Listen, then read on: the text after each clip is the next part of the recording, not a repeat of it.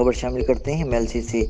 मेल्सी वैसे तो बड़ी-बड़ी गाड़ियों में सफ़र के दौरान मुसाफिरों को पानी और वाईफाई की सहूलत दी जाती है, लेकिन मेल्सी में एक मुनफरिद रक्षा ड्राइवर ने अपने रक्शे में ठंडा पानी और वाईफाई की सहूलियत मुसाफिरों को फराहिम कर दी। तफसीलात के मुताबिक मेल्सी में एक नौजवान रक्षा ड्राइवर ने अपने रक्शे को जदीद तरीन सहूलियत से मुज़य्यन कर दिया। ऐसी सहूलियत जो मुसाफिरों को बड़ी-बड़ी गाड़ियों में फराहिम की जाती हैं, वो अब एक मेल्सी के रक्षा ड्राइवर की जानिब से मुसाफिरों को फराहिम कर दी गई। इस रक्षा ड्राइवर का नाम बबलू